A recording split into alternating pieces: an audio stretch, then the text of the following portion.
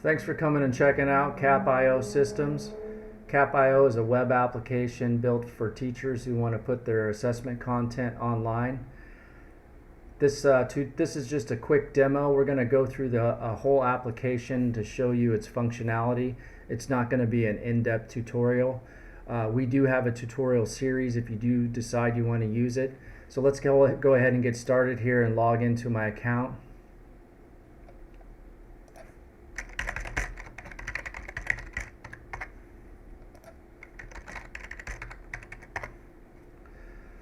So the first view we're going to come to is the courses view, and so we're going to go ahead and create a history course. We'll just go ahead and call it History 101.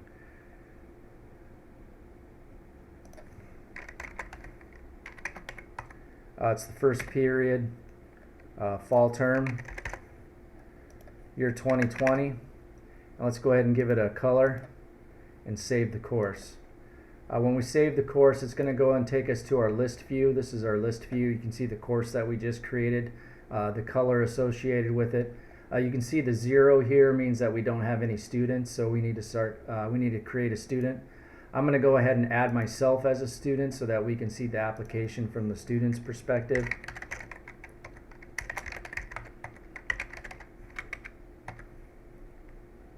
We're going to send an email verification to the student.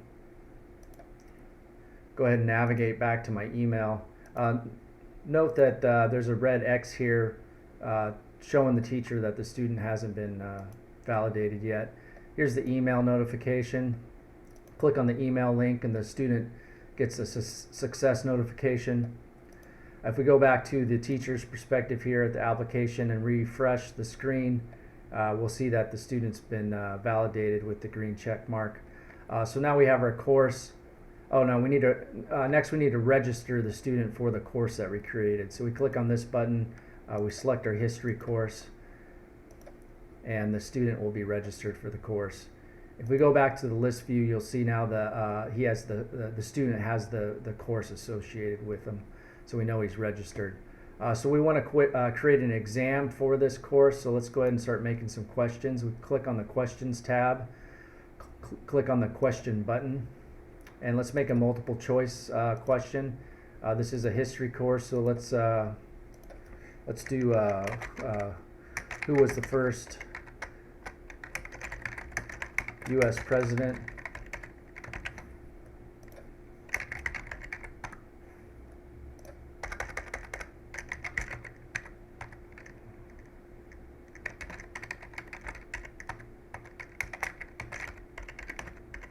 I'll select the correct answer. We're going to give this question some search criteria. We'll go ahead and give it a color. We'll say history associated with the course, and then we'll give it some other search criteria here that's relevant. U.S. history, U.S. presidents, and we'll also associate it with the multiple choice question type. Hit enter. We get our tags here. We'll go to the next view. This is the preview and save view, so we can look at our question here, expand it, take a look at it, make sure it looks okay, make sure the right answer is in bold, and we'll go ahead and save it. It's going to take us back to our list view, which was blank, and now we see our question that we created. Let's go ahead and make another question, although this time we'll do a short answer. And I want to show you how you can change the point value of the question. So we're going to tell the student that it's worth 5 points, and we're going to say, who is your favorite U.S. president? And then we'll go ahead and we'll give it a different color.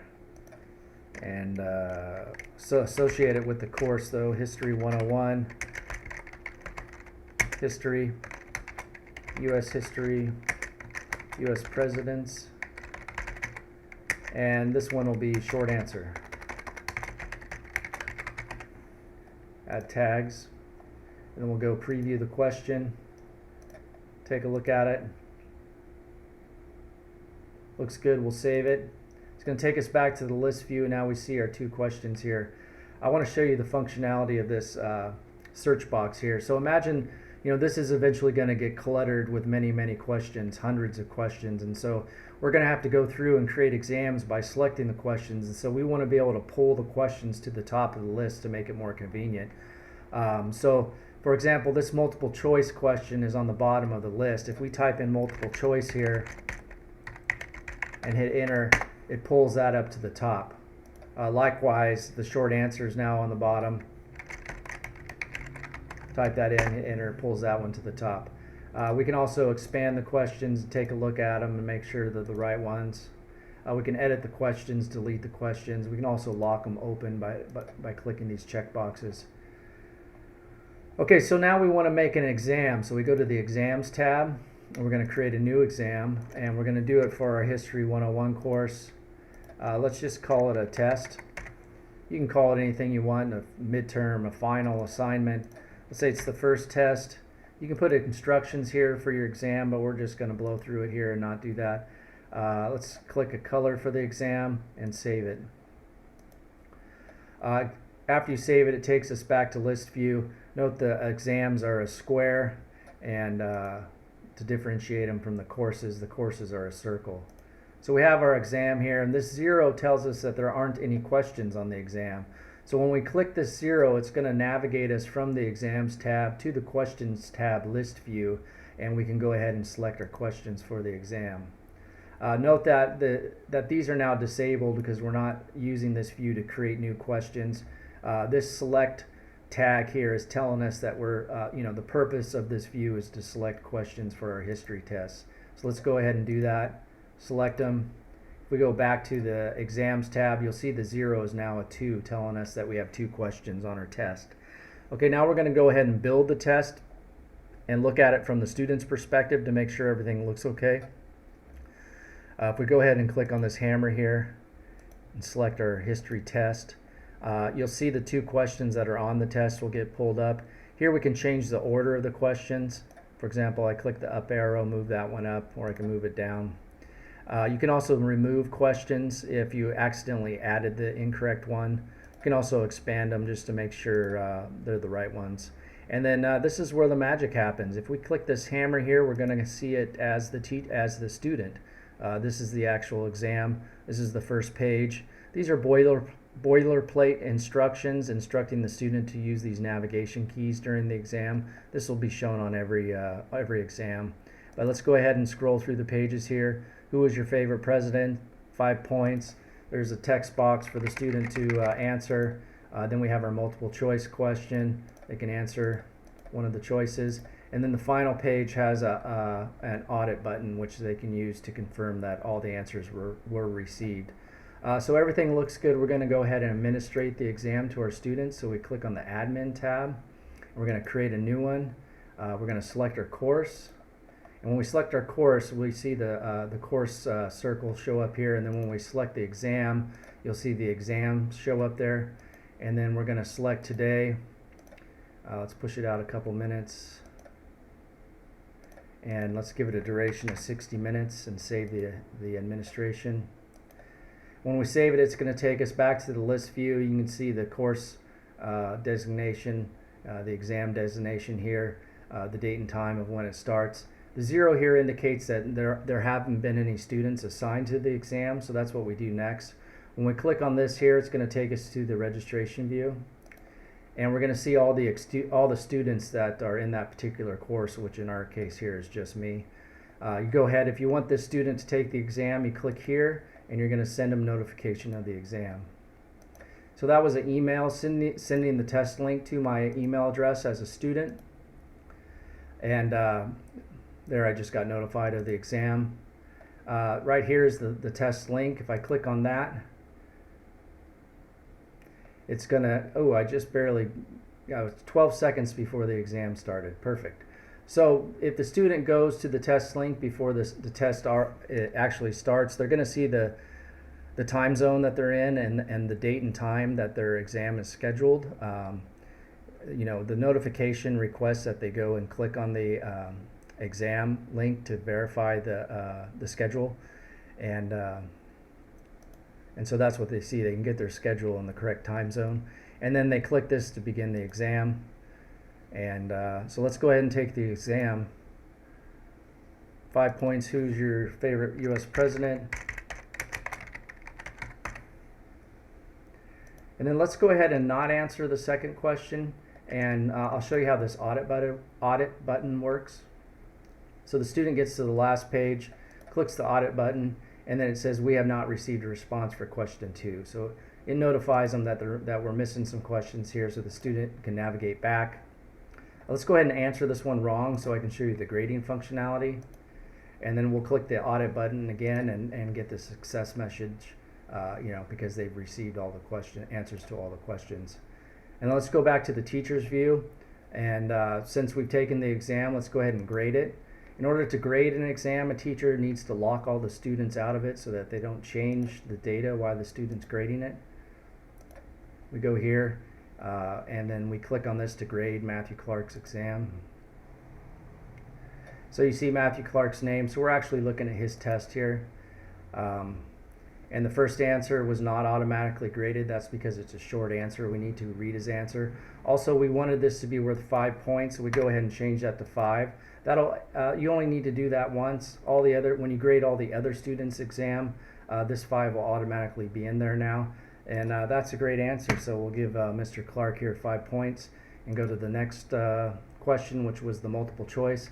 The multiple choices will automatically be assigned a point value of 1 and will automatically be graded since the system knows the correct answer. And Mr. Clark got it wrong here, so we got a 0. You also notice down here it gives you some exam security information. It tells you when the student actually answered the question, what IP address his computer was at, and also the latitude and longitude of the student. This is going to be used to sniff out cheating, but we're not going to go over that anymore right now. Let's go ahead and go to the last page of the exam where it's going to tally up his score. So we got 5 out of 5 on that first question, 0 out of 1 on the second, so there was a total possible of 6 questions. You got 83% correct. That looks good. Let's go ahead and save the result. And the 83% is now here. We can assign the student a grade. It looks like a B to me. When you do assign a student a grade, the student does have access to their results. If you don't want them to have access to the results, you can just leave it like this and the student can't get the results. When the teacher does decide that they want to release exam results, they go to all the students and assign them a grade, and then the students can get the results. I'm going to go ahead and log out here. The students do not need an account, so they can just go to the home page of the capio website and go to the student portal. Type in their email address, hit submit. They get a success message asking them to check their email. They go ahead and check their email, and this is the information that was sent to them. They're going to go ahead and receive, I've been using this email for other accounts, and so I have a lot of scheduled tests. So for every exam that they're scheduled for, they're going to get a link, and then they're also going to get their exam results. So these are the results that we just went over. They got a score out of 5 out of 6 and a B. And so that's it. We went all the way through this system. We created a course, created some students, registered them for the course, created some questions, added the questions to an exam. We administered the exam to a student. The student took the exam, and the teacher graded it, and the student went and got their exam results. So you can see that the system provides all the functionality you need as a teacher to create exams and administer those exams to your students online.